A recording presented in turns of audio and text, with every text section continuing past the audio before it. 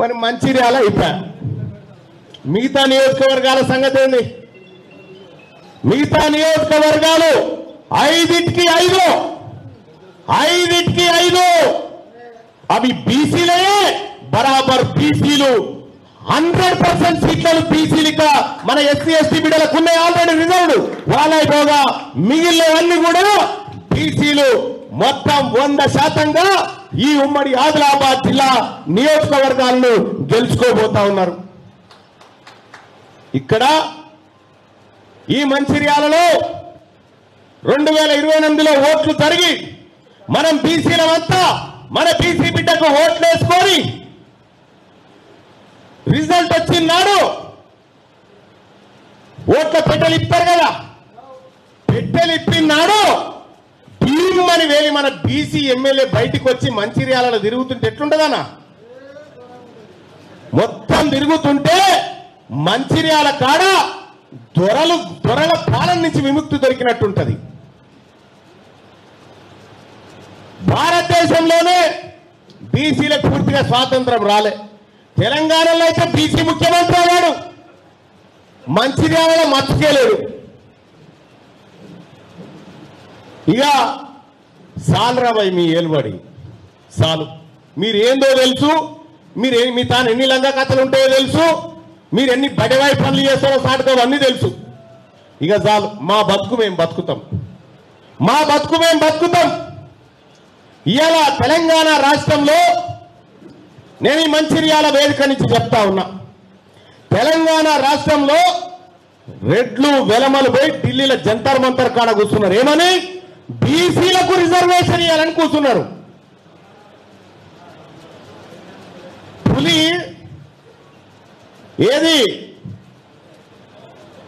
జంతువులను వేటాడి తినే పులి గడ్డ మీద కూర్చొని దీక్ష చేస్తుందట. ఏమని? నేను మాల వేసుకున్నా, నేను మాంసం బంద్ చేసిన అని పులి దీక్ష చేస్తా ఉందట. నిజమే కావచ్చు అనుకోని కొంతమంది పిడికేరు మన దాంట్లో ఉన్న బీసీలు పోయి ఆ తబలా ఇక దీక్ష అన్నప్పుడు భజన ఉండాలి కదా అని భజన కొట్టుకుంటా కూర్చున్నాడా.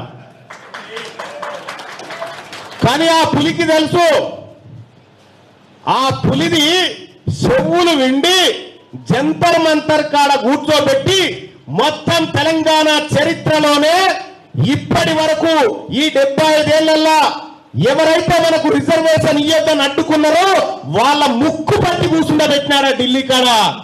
ఇది ఎవరో కాదు, మన బీసీలందరం కలిసి టార్గెట్ చేస్తే పోయి కూర్చోరు. ఎందుకంటే ఓట్లు బీసీల దగ్గర ఉన్నాయిరా, రేపు వాళ్ళ ఇంటికి పోతే ఆయనతో చెప్పు తీసుకొని కొడతారా వాళ్ళకి చెప్పిన పని చేయకపోతే అని చెప్పి పోయి కూర్చున్నారు ఆడ.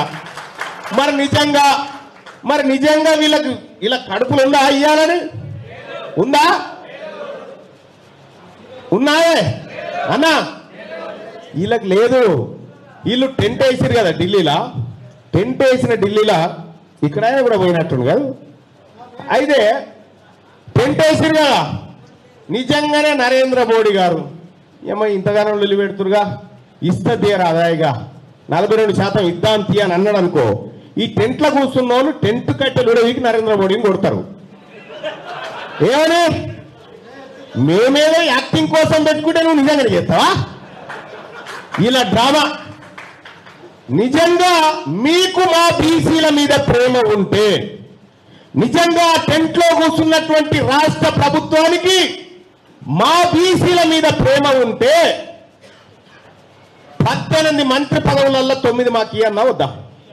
మరి 3 ఇచ్చిన ఇంకా 6 ఎవరియాలి? ఈ 6 ఇయ్యంగా ఎవరన్నా వద్దంటున్నా? ఈ 6 కోసం బిల్లు పెట్టాల్సిన పరిస్థితి ఉందా?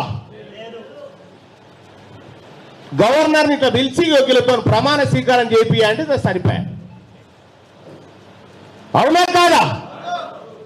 మనకి ఇయ్యాలి. నీ చేతిలో ఉన్న భూమి పెట్టవు, ఇది ఇయ్యవు.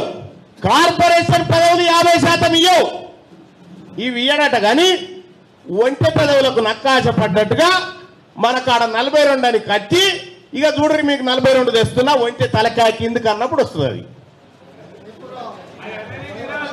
అది అనేది లేదు, మనకు అందేది లేదు.